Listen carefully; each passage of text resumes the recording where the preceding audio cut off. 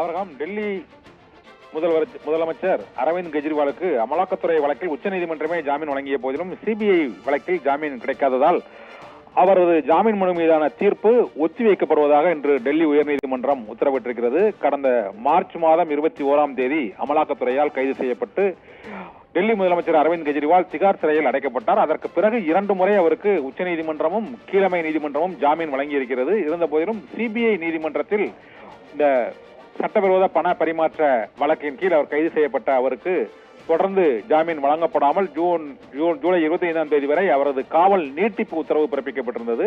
இந்த சூழ்நிலையில் இன்று மீண்டும் அந்த ஜாமீன் மனு மீதான விசாரணை வந்தது. அப்போது உச்சநீதிமன்றமும் கீழமை நீதிமன்றங்களும் அவருக்கு ஜாமீன் வழங்கியுள்ள சூழ்நிலையில் சிபிஐ நீதிமன்றம் ஜாமீன் வழங்காதது அரசியல் உள்நோக்கம் உடையது என்றும் பாகிஸ்தானில் இம்ரான்கான் வழக்கில் அவர் விடுவிக்கப்படாமல் அவரது கட்சி செயல்பட விடாமல் என்னென்ன நடவடிக்கைகள் எடுக்கப்படுகிறதோ அதே போல இந்தியாவிலும் அரவிந்த் கெஜ்ரிவால் மீதான வழக்கு விசாரணை மேற்கொள்ளப்படுகிறது என்று அவரது வழக்கறிஞர் அபிஷேக் மனு சிங்வி வாதிட்டார். இந்த சூழ்நிலையில் சிபிஐ தொடர்ந்த வழக்கில் ஜாமீன் மனு மீதான தீர்ப்பு ஒத்திவைக்கப்படுவதாக டெல்லி உயர்நீதிமன்றம் இன்று உத்தரவிட்டிருக்கிறது. ஏற்கனவே உச்சநீதிமன்றம் கடந்த வாரம் அவருக்கு ஜாமீன் வழங்கியுள்ள சூழ்நிலையில் சிபிஐ நீதிமன்றம் காவல் நீட்டித்ததால் அவர் திகார் சிறையிலிருந்து வெளியே வர முடியாத சூழ்நிலை நிலவுகிறது.